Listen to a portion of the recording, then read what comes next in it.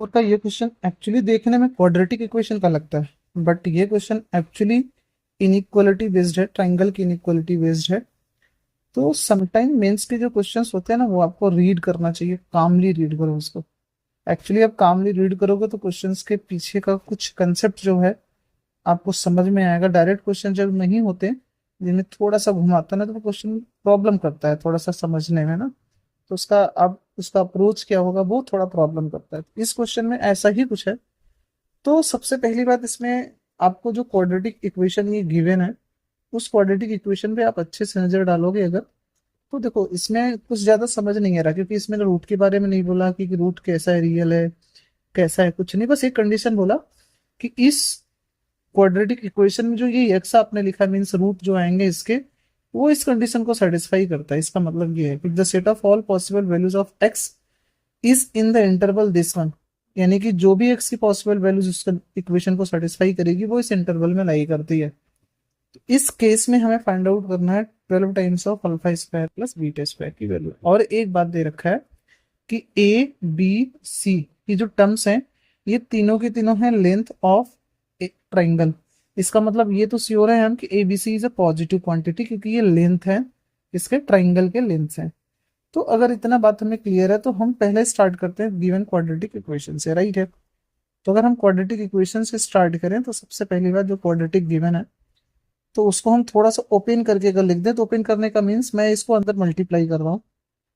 तो यहाँ से मिलेगा ए एक्स का होल स्क्वायर, और प्लस सिमिलरली हमें मिलेगा बी एक्स का whole square. Same second term को भी हमने ओपन कर दिया, तो अपने पास आएगा 2b a x, और उसके बाद माइनस में 2b c x, और the last one is b square plus c square. Last जो क्वेश्चन हमने सॉल्व किया, वो भी इसी जैसा क्वेश्चन, थोड़ा सा मिलता जुलता क्वेश्चन था, बट थोड़ा सा डिफरेंट था। तो इसमें हम क्या करते हैं ना, ध्यान से आप देखो इस टर्म को, इस टर्म को और इस टर्म को, अगर आप इसको ध्यान से देखोगे, तो ये परफेक्ट स्क्वायर लिखा है, that is a x minus b का होल स्क्वायर। सिमिलरली जो तीन पार्ट बच गए, एक ये और एक ये, इन तीनों पार्ट को अगर आप देखोगे ध्यान से, तो ये लिखा है बी एक्स माइनस सी का whole square which is equals to 0। आपको ध्यान से दिख रहा होगा, तो दोनों स्क्वायर है, दोनों स्क्वायर है मीन्स ये भी प्लस है और ये भी क्या है, प्लस है।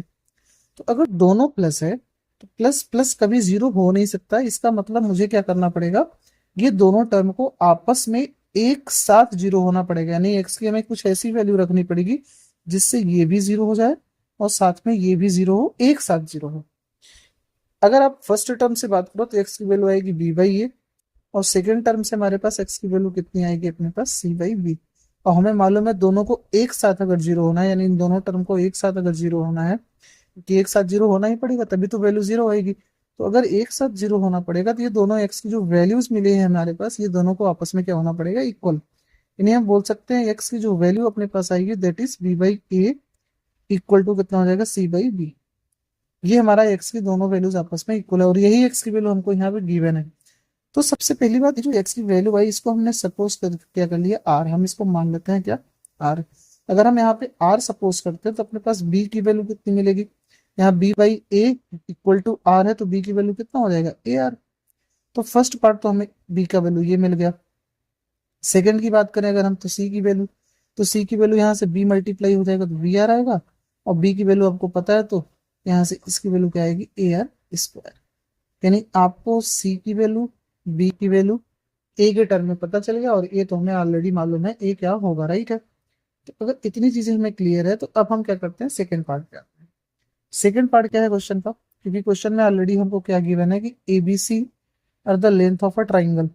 तो ट्राइंगल के तीनों साइड के लेंथ में एक रिलेशन हमें मालूम है कि तीन नंबर्स, या बोले तो तीन लेंथ किसी ट्राइंगल को तब रिप्रेजेंट करते हैं जब हम क्या पढ़ते हैं कि सम ऑफ टू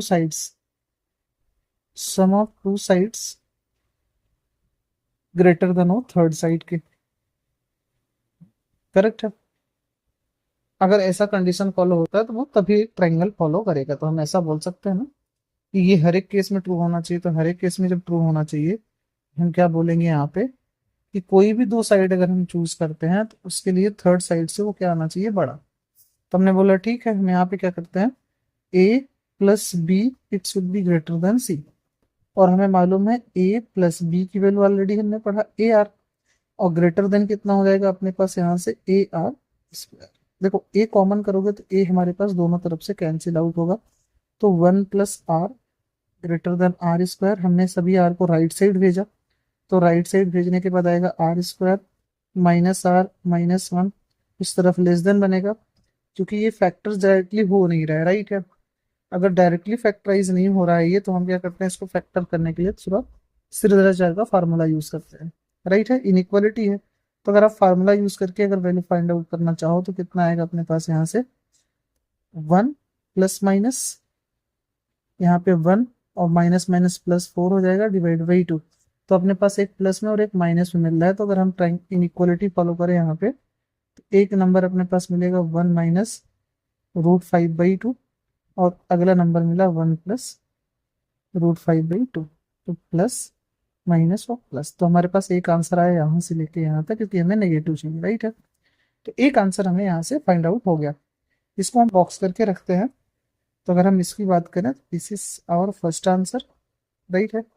हम थोड़ा सेकेंड आंसर, एक केस, क्योंकि हमारे पास 3 केस मिलेंगे टोटल, तो सेकेंड केस की अगर हम बात करें यहाँ पे,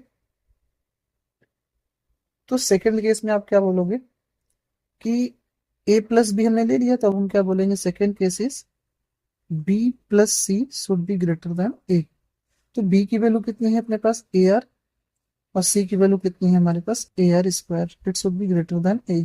फिर से a कॉमन होके कटेगा, तो रिजल्ट में कितना बचेगा r प्लस, या बोले तो आर स्क्वायर प्लस आर, और 1 इधर आएगा, तो हमारे पास सेम प्रोसेस फिर से हमने किया, श्रीधराचार्य का फार्मूला लगाया, तो अपने पास आर की वैल्यू किसे कितनी आएगी, -1 प्लस माइनस, यहाँ पे आया 1 का स्क्वायर 1, माइनस माइनस प्लस 4 से ये हो जाएगा अपॉन 2। फिर से हमारे पास एक प्लस एक माइनस में दो वैल्यूज मिली, तो हमने यहाँ पे लिखा -1 और -√5/2। एक सेकेंड वैल्यू मिलेगा -1 प्लस √5/, सेम प्लस माइनस और प्लस। तो अपने पास पॉजिटिव लेना है आपकी बार, तो एक तो इस तरफ मिलेगा और सेकेंड हमारे पास इस तरफ। दूसरा आंसर हमें ये मिल गया, राइट है। अब हम थोड़ा बात करते हैं तीसरे की, ना थर्ड केस की। तो जब हम थर्ड केस पे आते हैं, तो थर्ड केस में क्या बोला है अपने पास, सेम। अब हम बोलेंगे a plus C should be greater than b। तो यहाँ से रिजल्ट में क्या आएगा, a plus A R square greater than A R, A से ए कैंसिल हुआ, तो रिजल्ट में आर स्क्वायर माइनस आर और plus 1, it should be greater than 0। फिर से श्रीधराचार्य का फार्मूला आप यूज कर लो यहाँ पे, तो 1 प्लस माइनस स्क्वायर रूट में कितना आएगा अपने पास 1 minus 4ac which is 4, right है। और यहाँ पे अगर आप ध्यान से देखोगे, इसको वैसे सॉल्व करने की जरूरत थी नहीं हमको, हम इस पार्ट को अगर ध्यान से देखें तो ये नेगेटिव आ रहा है ना, डी नेगेटिव हो गया, तो इसको सॉल्व भी क्यों करते हैं फिर हम, बिना इसको सॉल्व किए इस क्वाड्रेटिक को तो हम डायरेक्टली सॉल्व कर सकते हैं, आंसर बता सकते हैं। इस क्वाड्रेटिक का हम देखें तो ए पॉजिटिव है, और इस क्वाड्रेटिक का डी हमारे पास चेक करके देख लो 1 - 4 आ रहा है विच इज नेगेटिव, यानी हम बोल सकते हैं क्वाड्रेटिक ऑलवेज क्या होगा, पॉजिटिव। अगर ऑलवेज पॉजिटिव है तो ऑलवेज सेटिस्फाइड है, क्योंकि हमें रिक्वायर्ड भी क्या था, पॉजिटिव ही चाहिए था। यानी यहाँ से अपने पास आर की वैल्यू क्या आ जाएगी, ऑल रियल नंबर, सारे नंबर यहाँ पे सेटिस्फाइड हो रहे हैं। अब हमें ओवरऑल अगर बात की जाए तो हम क्या बोलेंगे, अपने पास एक तो ये कंडीशन भी सेटिस्फाई होना चाहिए, है ना, ऐसा आंसर लेना है, ये कंडीशन भी सेटिस्फाई होना चाहिए और साथ में ये कंडीशन भी सेटिस्फाई होना चाहिए। तो इसका मतलब क्या, हमें तीनों का कॉमन लेना पड़ेगा।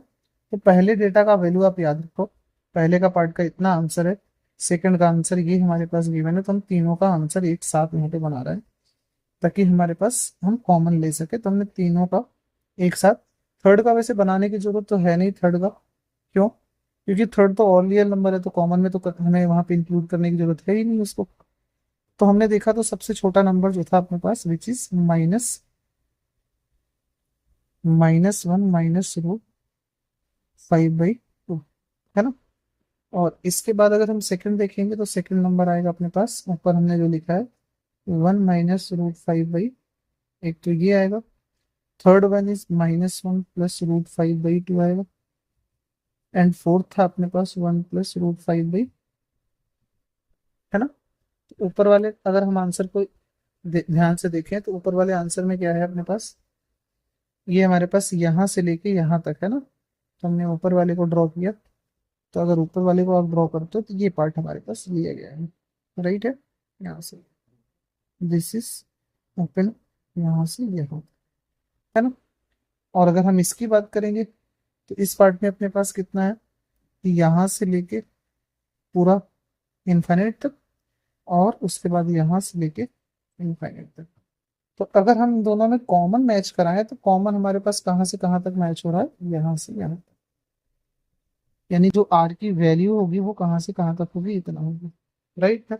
यानी कि यहाँ से हम ये बात कर सकते हैं कि यहाँ से हमारे पास जो आर की वैल्यू आएगी, r is equals to, r belongs to कहाँ से कहाँ तक होगा, -1 + √5 डिवाइड बाई 2 से लेके 1 + √5/2 तक। और एक नजर आप ध्यान से डालो ये आर था क्या एक्चुअल में। अगर आप ध्यान से देखो तो हमारा ये जो आर था, ये आर एक्चुअल में इसकी वैल्यू और इसकी वैल्यू तो थी, बट साथ में किसकी वैल्यू थी, एक्स की।